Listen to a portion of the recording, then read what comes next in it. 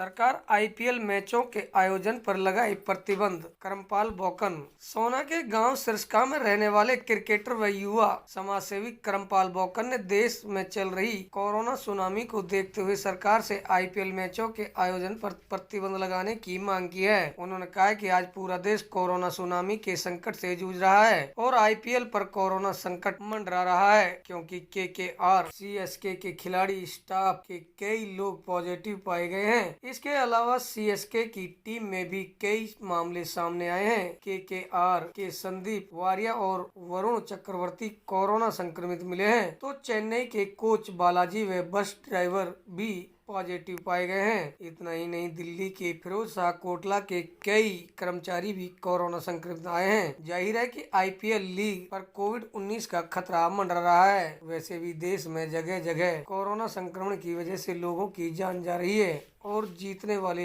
जश्न मना रहे हैं। क्रिकेटर व युवा समाज सेवी करमपाल बौकन ने देश में चल रही कोरोना सुनामी को देखते हुए कहा कि जरूरत आज इस बात की है कि कोरोना संक्रमितों के इलाज के लिए देश के सभी स्टेडियमों को अस्थायी अस्पताल के रूप में तब्दील किया जाए। सोना में अरावली अभयपुर दमदमा के जंगलों में कई किलोमीटर क्षेत्र में आग लगी। सोना गांव अभयपुर दमदमा के जंगलों में कई किलोमीटर लंबे क्षेत्र में अचानक आग लग गई। धीरे धीरे यह आग इतनी फैल गई कि आग की ऊंची ऊंची लपटें देख पहले तो ग्रामीणों ने अपने स्तर पर आग बुझाने का प्रयास किया, लेकिन आग बुझने के बजाय और ज्यादा बढ़ती देख तत्काल पुलिस व दमकल विभाग को सूचना दी गई। यह ज्ञात नहीं हो पाया कि पहाड़ी के भीतर बने जंगल और पेड़ पौधों में आग कैसे लगी। सूचना पाकर स्थानीय दमकल उपकेंद्र से आग बुझाने के लिए 2 दमकल गाड़ियां तुरंत मौके पर पहुंची और कई घंटों की मशक्कत के बाद आग पर काबू पाने का प्रयास किया, लेकिन आग को ज्यादा बढ़ते देख और फायर ब्रिगेड की गाड़ियां बुलाई गईं। वन विभाग के अधिकारी कर्मचारी भी आगजनी की जानकारी पाकर घटनास्थल पर पहुंच गए। करीब 3 किलोमीटर लंबे दायरे में लगी आग को बुझा लिया गया है। आग के फैलाव को देख पहाड़ियों से सटे घरों में रहने वाले लोग परिवार सहित अपने घरों से बाहर सुरक्षित जगह पर आ गए। हालातों को भांप दमकल कर्मचारियों से ने पहले आबादी क्षेत्र में सटे वन क्षेत्र में लगी आग को बुझाया। दमकल केंद्र सोना के प्रभारी जगबीर भड़ाना का कहना है कि 50% हिस्से में लगी आग बुझा ली गई है। ऊबड़ खाबड़ रास्ता होने से दमकल गाड़ियां ऊपर नहीं जा सकी। ऐसे में जेसीबी बुलाकर गाड़ी ऊपर चढ़ाने के लिए रास्ते बनाने पड़े।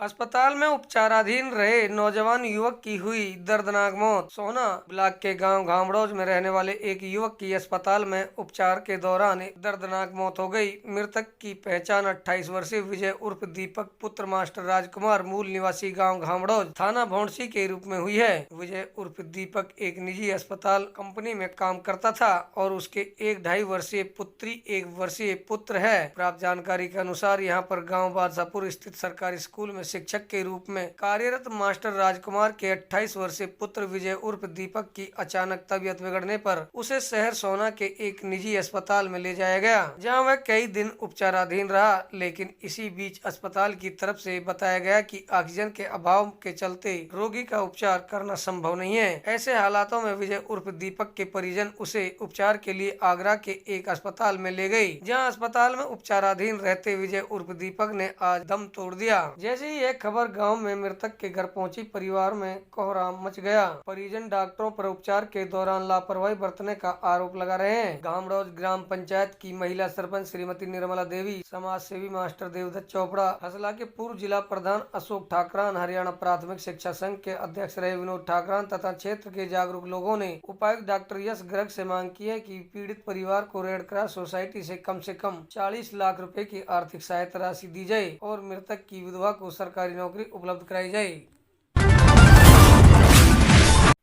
समाज में मीडिया की भूमिका को लेकर हुआ कार्यक्रम का ऑनलाइन आयोजन। सोना समाज में मीडिया की भूमिका को लेकर मंगलवार को एक कार्यक्रम का आयोजन ऑनलाइन हुआ। नगर पालिका के पूर्व चेयरमैन सुभाष सिंगला की अध्यक्षता में आयोजित इस कार्यक्रम में बतौर मुख्य अतिथि अग्रवाल सभा के पूर्व अध्यक्ष राजकुमार गोयल, एडवोकेट तथा लायंस क्लब के पूर्व अध्यक्ष डॉक्टर सुरेश कालड़ा, लायंस नवीन गुप्ता, डॉक्टर संजय जैन आदि ऑनलाइन मौजूद रहे। इस अवसर पर उपस्थित उपस्थित पत्रकारों के बीच मुख्य अतिथि के पद से बोलते हुए अग्रवाल सभा के अध्यक्ष राजकुमार गोयल एडवोकेट तथा लायंस क्लब के पूर्व अध्यक्ष डॉक्टर सुरेश कालड़ा, लायंस नवीन गुप्ता, डॉक्टर संजय जैन ने पत्रकारों को समाज का दर्पण बताया और कहा कि आज के युग में मीडिया की भूमिका तथा जिम्मेदारियां और ज्यादा बढ़ गई हैं। उन्होंने पत्रकारों से आग्रह किया कि वे पीक पत्रकारिता करने से बचें, सच्चाई व निष्पक्षता पूर्वक समाचार बनाएं ताकि समाज और देश के लोगों का विश्वास मीडिया पर कायम रहे। उन्होंने कहा कि कोरोना काल में सरकार को पत्रकारों को कोरोना योद्धा की संज्ञा देकर उनका कम से कम 50-50 लाख रुपए का बीमा किया जाना चाहिए और सभी पत्रकार व उनके परिवारों को आयुष्मान योजना के तहत लाभान्वित किया जाना चाहिए।